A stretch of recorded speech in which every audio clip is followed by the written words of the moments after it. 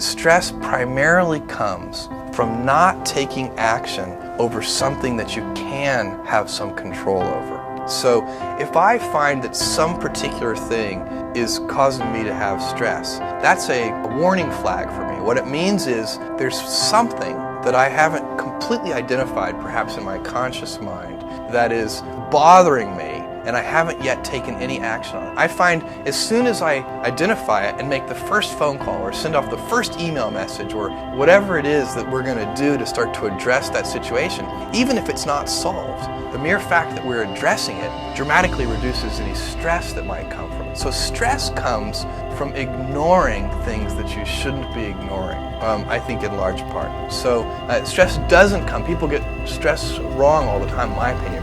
Stress doesn't come from hard work, for example. You can be working incredibly hard and loving it. And likewise, you can be out of work and incredibly stressed over that. So, and likewise, if you kind of use that as an analogy for what I was just talking about, if you're out of work, but you're going through, a disciplined approach of, a series of job interviews and so on and working to remedy that situation, you're going to be a lot less stressed than if you're just worrying about it and doing nothing.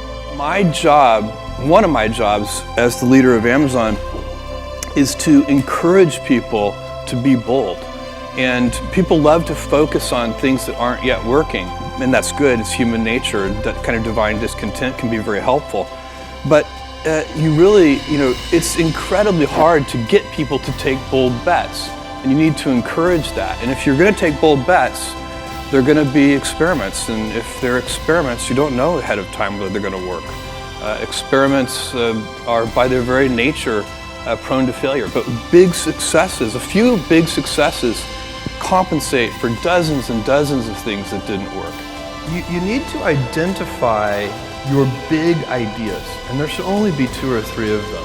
And then if a senior leader, the main job of a senior leader is to identify 2 or 3 important ideas and then to enforce great execution against those big ideas.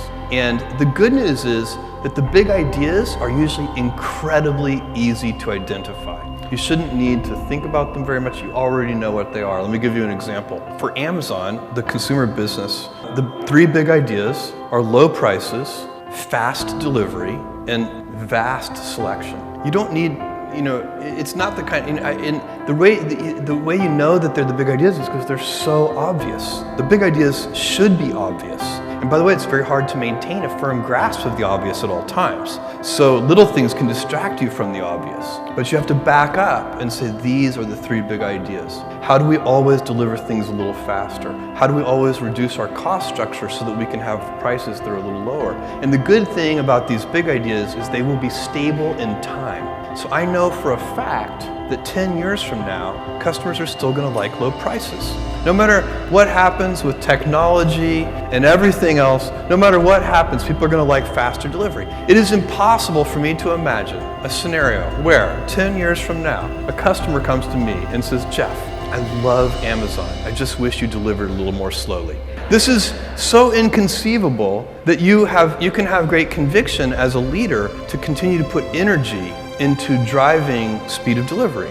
And whatever you're, in AWS, I know that customers, they like low prices, they like availability, they don't want the services to be down, they like data security. It's not very hard to figure out what the big ideas are, and then you can keep putting energy into those things, and you spin up those flywheels, and they'll still be paying you dividends 10 years from now. And what I'm saying, I'm putting it in kind of a business context, but for those of you who are in government, these principles would apply identically to a government organization. You should figure out what the big ideas are and just spin up flywheels. Get those things rolling.